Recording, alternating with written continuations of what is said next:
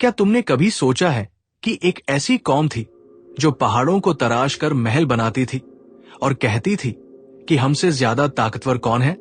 मगर जब आसमान का हुक्म आया तो उनके महल मिट्टी के नीचे दब गए।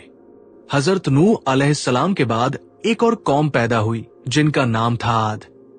ये कौम यमन और ओमान के दरमियान एक इलाके अहकाफ में रहती थी।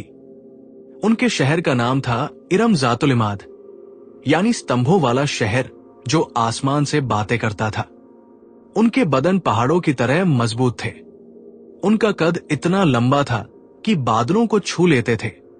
उनका गुरूर आसमान को चीर देता था।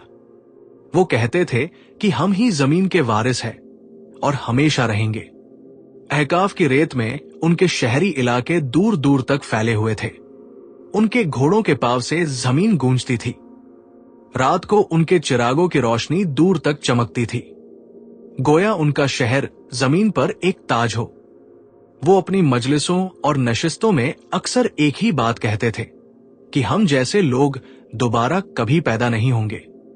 उनके बच्चे भी छोटी उम्र में पत्थर उठाकर अपनी ताकत दिखाते और बुजुर्ग फख्र से कहते कि हमारे बच्चे भी पहाड़ों को झुकाने वाले हैं। कौम आद का एक और अजीब अकीदा था। वो समझते थे कि हवा उनकी गुलाम है। उनके जवान कभी वादी के दरमियान खड़े होकर दोनों हाथों को फैलाते और अपने आप से कहते कि देखो, हवा हमारे जिस्म की पैरवी करती है। बुजुर्ग लोग अपनी नशिस्त तेमफिल में फख्र से कहते थे कि हमारे बाप दादा हवा का रुख बदल देते थे, हमें कौन रोक सकता है। वो लोग जब तूफान को दूर से आता देखते तो हंसकर कहते कि हवा हमारे साथ है, ये हम पर नहीं हमारे दुश्मनों पर पड़ेगी। लेकिन उन्हें क्या पता था कि आने वाली हवा उनकी सबसे बड़ी दुश्मन बन चुकी है। कौम आद सिर्फ लंबे ही नहीं थे, उनकी जिस्मानी बनावट आम इंसान से कई गुना बड़ी थी।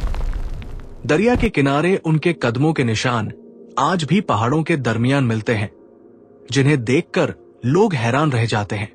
उनके घरों के दरवाजे इतने ऊंचे होते थे कि एक घोड़ा और सवार दोनों सीधा अंदर जा सकते थे। उनके बर्तन पत्थर के बने हुए थे, इतने बड़े कि एक बर्तन में पूरा खानदान का खाना पक जाता था। वक्त गुजरता गया और उनका तकब्बुर बढ़ता गया।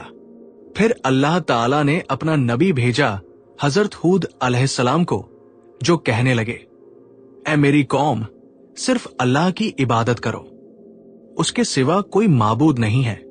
मगर उन्होंने कहा, हूद, क्या तू चाहता है कि हम अपने बाप दादा का मजहब छोड़ दें? हम ताकतवर हैं, हमें कोई छू नहीं सकता। हजरत हूद अलैहिस्सलाम ने फिर कहा, मैं तुम्हें उस अजाब से डरा रहा हूं जो तुम सोच भी नहीं सकते। लेकिन जिन दिलों में गुरूर भर जाए, वहां नसीहत पत्थर से टकराकर टूट जाती है। हजरत हूद अलैहिस्सलाम रोज उनके बाजारों, उनके महलों, उनके दरवाजों के पास जाकर आखिरी दावत देते। कभी उनके सरदार हंसकर कहते, हूद, तेरी बात में दम होता तो हमारे महल कांप कर गिर चुके होते। अजाब से कुछ दिन पहले आद की वादी में एक अजीब मंजर हुआ। रात को आसमान में एक गहरी खामोशी सुनाई दी। न बादल गरजे, न बिजली चमकी, मगर वादी में ऐसा लगा जैसे कोई दूर से पुकार रहा हो। कौम आद इस आवाज को सुनते और आपस में कहते, ये तो पहाड़ों की आवाज है। फिर आया अल्लाह का फैसला। सबसे पहले उन पर खत आया। 3 साल तक एक बूंद बारिश नहीं हुई। नदियां सूख गई, बाग जल गए। फिर एक दिन 3 बादल नजर आए, एक लाल, एक सफेद और एक सियाह। आसमान से फरिश्ता पुकारा, ए कौम आद, इनमें से एक बादल चुन लो। सरदारों ने हंसकर कहा, काला बादल, उसमें पानी है, रहमत है। मगर उन्हें क्या पता कि उस बादल में रहमत नहीं, खर छुपा था। आसमान सियाह हो गया। पहला झोंका आया, धूल और पत्थर उड़ गए। आंधी के हर झोंके में उन्हें लगता कि हवाएं उनका नाम मिटा रही है। इंसान हवा में छीन गए। उनके महल, जो कभी स्तंभों पर आसमान से बातें करते थे, अब रेत के नीचे दबने लगे। 7 रात और 8 दिन तक वो तूफान चलता रहा। उनके महल, उनकी शान सब मिट्टी में मिल गई।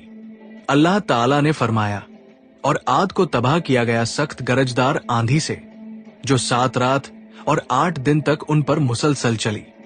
और जब हवा रुकी तो सिर्फ सन्नाटा रह गया, सिर्फ रेत का समंदर और गिरे हुए तने, जैसे खजूर के खोखले तने। लेकिन उन चंद लोगों को जो हजरत हूद अलैहिस्सलाम के साथ ईमान लाए, अल्लाह ने बचा लिया। उन्हें पहाड़ों के एक गार में पनाह दी गई। हजरत हूद अलैहिस्सलाम ने दुआ की, ऐ मेरे रब, तू सबसे ज्यादा रहम करने वाला है, हमें उन रास्तों पर कायम रख जो तेरी तरफ ले जाते हैं। हूद अलैहिस्सलाम जब वादी के ऊपर खड़े हुए और तबाह शहर को देख रहे थे तो उनकी आंखों में आंसू भर आए। ये वो लोग थे जो कभी कहते थे, हमसे ज्यादा ताकतवर कौन? और अब उनकी जिंदा निशानी भी हवा में बिखर चुकी थी। हूद अलैहिस्सलाम ने फरमाया, तकब्बुर का अंजाम हमेशा तबाही है और अल्लाह की नाफरमानी हलाकत है।